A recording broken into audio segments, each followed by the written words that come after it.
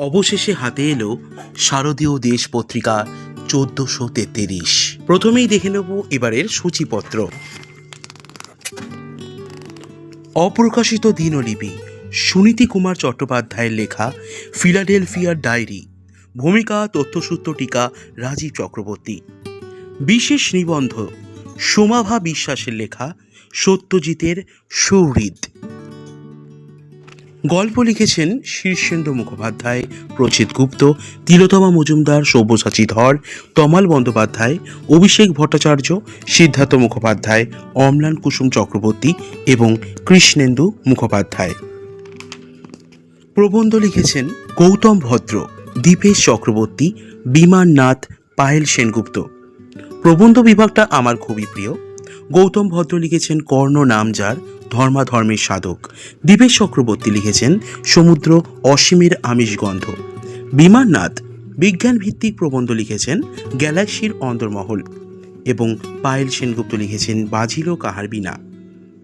এছাড়া অসংখ্য কবি কবিতা লিখেছেন, যেমন কালীকৃষ্ণ গুহ, রণজিৎ দাস, সুব্রত সরকার, শ্যামল কান্তি দাস, সুধীর দত্ত, চৈতালি চট্টোপাধ্যায়, শীর্ষেন্দু চক্রবর্তী, অনিতা অগ্নিহোত্রী সহ প্রমুখ বিভিন্ন কবিরা।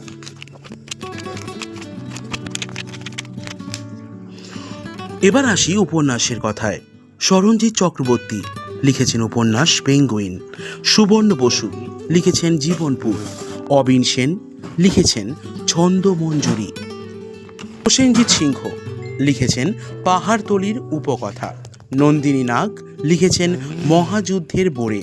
শান্তনু দে লিখেছেন সেই শহর এই শহর।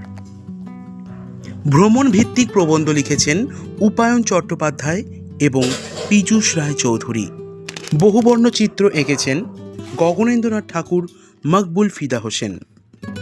এবারে প্রচ্ছদটি এঁকেছেন অমিতাভ চন্দ্র। এবার আসি প্রচ্ছদের কথায়। প্রচ্ছদের বিষয়বস্তু যতটা আমি বুঝেছি, সমুদ্রের শিলাখণ্ডে উপবিষ্ট দেবী বা জলপরী অথবা সাগরকন্যার রূপক তুলে ধরা হয়েছে। দাম করেছে ৩৪০ টাকা। তো এবারের দেশ পুজো সংখ্যা সত্যিই জমজমাট।